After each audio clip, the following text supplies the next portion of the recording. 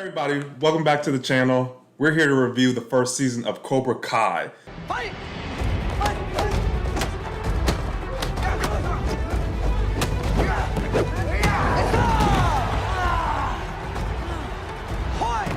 King and Miyagi don't get the first point.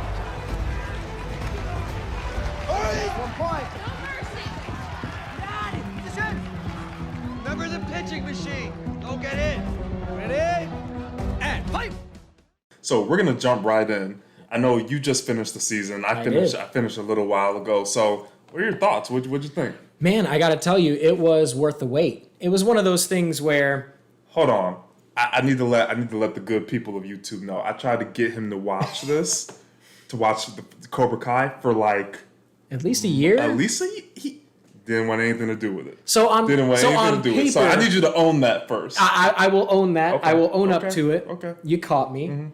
But I will say, on paper, in my defense, it sounds like a terrible idea, right? Let's redo the Karate Kid and explore the ins and outs of, is he a villain? Is he not a villain? On paper, it sounds pretty terrible. It does. In execution, this show is actually a super fantastic show. I enjoyed the writing a lot. It's a good mix of lightheartedness with drama. Yeah. One of the things, and he's been telling me this for a while, is you really get to explore characters, relationships, and I think my favorite aspect of that so far for season 1 is you get to see the fallout of what happens when, or kind of what happens when you've got a huge event in your life and it either goes your way or it doesn't, and how you rebound from that. You know, Daniel, he's a successful guy, and Johnny, he's definitely not he's not successful, and in the beginning, he's kicking kids' asses, there's not a whole lot. He didn't know they were kids, okay? He did not know they were kids. They look grown. Listen. Do they, though? Yes, they did. But do they? They were buying alcohol. They were buying I'll give that to you. The guy was about to sell them the alcohol. I believe Miguel messed it up. Yeah. And then that didn't happen. But listen, one of the biggest things about the show is really bullying, right? Yeah. And you know, the Karate Kid, that was kind of one of the main drivers in that too, right? Was bullying and defending yourself, and what's that fine line between defending yourself and crossing over and becoming like a bully yourself, right? Yeah. And this is something that do you fight with honor? Do you not fight with honor? Or do you just fight to win? What does that look like? And this does it in such a fresh way.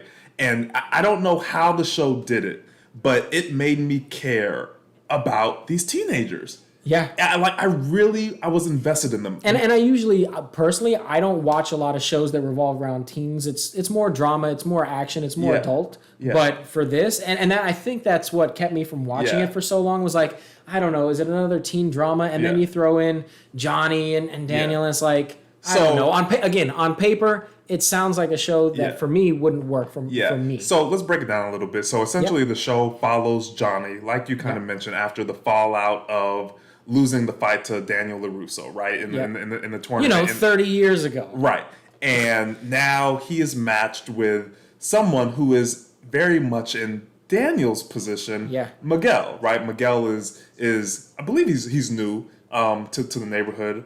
And he's being bullied, and he is pretty much seeking out to defend himself, right? He sees Johnny takes care of some bullies that Miguel was facing, and Miguel's like, hey, yo, like I want to learn how to do that. Yeah, teach me how to do that. Teach me how to do that. Yeah. And Johnny makes some very racial jokes at the beginning. Can I tell you one of the things that so here's the thing.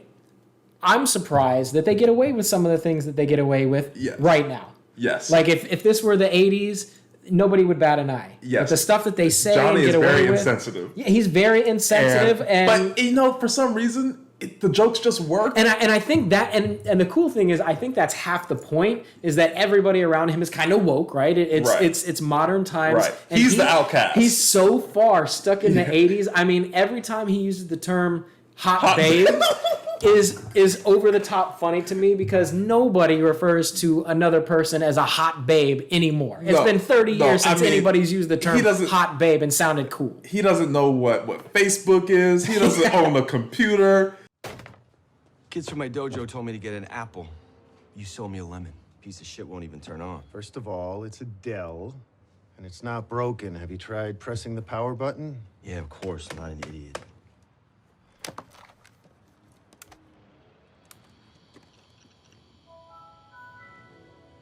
Have you seriously never owned a computer before? Yeah, I'm not a nerd. He's just so out of touch. He cannot. He was not able to move past 1984. Doesn't he? He still has his original car from 1984. Yes. And so, somehow, some way, he becomes intertwined with Daniel LaRusso again. Right? Yeah.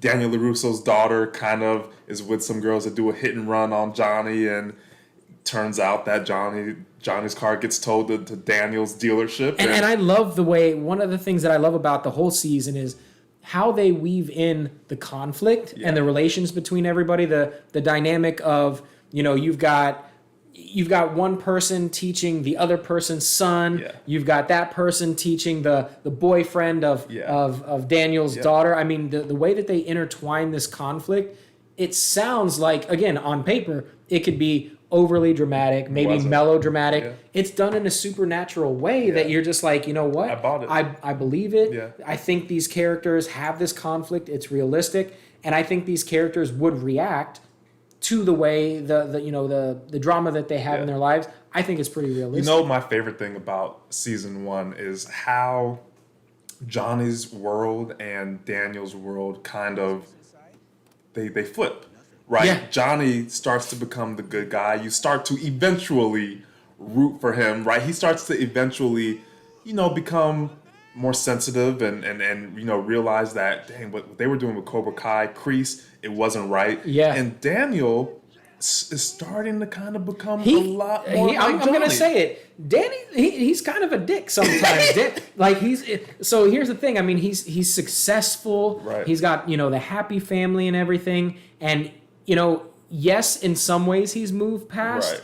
It, you can't see it as much as you can see. I mean, with Johnny, it's tangible. I mean, he's an alcoholic. He's living in not a nice place. He can't move past.